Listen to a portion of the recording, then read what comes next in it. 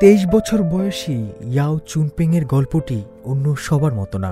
Cerebral পালসির কারণে কাজ ও কথাবার্তায় বিশাল প্রতিবন্ধকতা থাকলেও সেটাকে জয় করেছেন অদম্য ইচ্ছাশক্তি, অক্লান্ত পরিশ্রম আর সহপাঠীদের সহযোগিতায়। বাস্তব হয়েছে তার উচ্চশিক্ষা গ্রহণের স্বপ্ন, তবে তার এই যাত্রাপথ মোটেও মসৃণ ছিল না।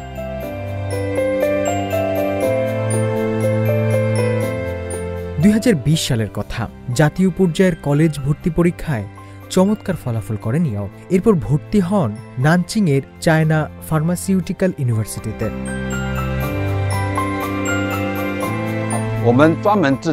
আমরা তার মতো করে একটি প্রশিক্ষণ পরিকল্পনা তৈরি করেছিলাম। আমাদের বিশ্ববিদ্যালয় তার বিভিন্ন কোর্সের জন্য পৃথক নির্দেশনা এবং সাহায্য করার জন্য 6 জন পেশাদার শিক্ষক নিয়োগ দেয়। ইয়াওর বিশ্ববিদ্যালয় জীবন শুরু হয়েছিল অগণিত বাধার মধ্য দিয়ে। এমনকি ক্লাসে নোট নেয়ার কাজটিও ছিল কঠিন পরিশ্রমের। হাতের সমস্যা থাকায় লিখতে গিয়ে দেখা যেত পাতার পর পাতা নষ্ট হচ্ছে, তবে হাল না ছেড়ে চর্চা চালাতে থাকেন ইয়াও। পরে এক পর্যায়ে সহপাঠীদের সাথে তাল মিলিয়ে নোট নেয়াও শিখে যান তিনি। লেখা আমার জন্য কঠিন ছিল। মাঝে মাঝে আমাকে সহপাঠীদের নোট দেখতে হতো, কিন্তু এখন আমি লেকচারের গতির সঙ্গে তাল মিলিয়ে নোট নিতে পারি।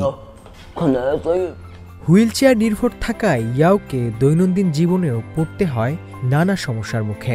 তার আত্মবিশ্বাসের অভাবও ছিল প্রবল। সৌভাগ্যক্রমে বিশ্ববিদ্যালয় জীবনে সে পায় কিছু যত্নশীল সহপাঠী, যাদের হাত ধরে ইয়াওর জীবনে আসতে থাকে পরিবর্তন।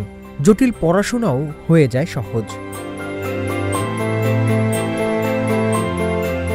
স্কুলে থাকতে একটি কবিতা লিখেছিলেন ইয়াও। ওটার একটি লাইন ছিল এমন: অবশেষে আমি ডানা ঝাপটে উঠছি, নতুন একাকিত্ব আমাকে আঁকড়ে ধরে আছে।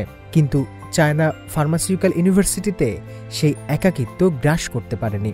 ইউনিভার্সিটির স্পোর্টস মিট চলাকালে ইয়াওর সহপাঠী ও শিক্ষকরা একটি হুইলচেয়ার প্রতিযোগিতার আয়োজন করেছিল। বার্ষিক এই স্পোর্টস মিটও ইয়াওর জীবনে স্মৃতি হয়ে থাকবে। পড়াশোনার প্রতি ইয়াওর আত্মনিবেদন ছিল অনন্য। ভোর 6টা থেকে রাত 11টা অবধি চলতে পড়াশোনা। সে আমাদের সবার আগে ক্লাসরুমে আসতো। তাকে দেখতাম নিঃশব্দে টেবিলে বসে পড়ছে। রাজনীতি থেকে শুরু করে সাহিত্য নিয়েও তাকে পড়তে দেখি। 4 বছরের অধ্যয়নের 10টি কোর্সে 90%-এরও বেশি নম্বর পেয়ে র্যাঙ্কিংয়ে 101 জন শিক্ষার্থীর মধ্যে 12তম স্থান অর্জন করেন ইয়াও। সমাবর্তনের দিন ইয়াওয়ের বাবা ইয়াওমিং বক্তব্য দিতে মঞ্চে আসেন। তখন তরুণ ইয়াও গর্বে হাততালি দেন। এখন সুচৌ বিশ্ববিদ্যালয়ে রাষ্ট্রবিজ্ঞান বিষয়ে মাস্টার্স প্রোগ্রামে পড়ছেন ইয়াও।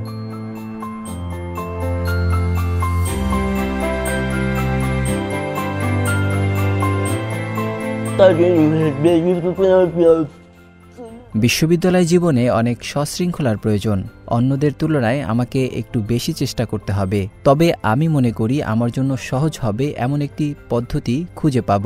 সত্যি বলতে কি, যদি লক্ষ্য ঠিক থাকে তবে ভালো ফল পাওয়া কঠিন নয়।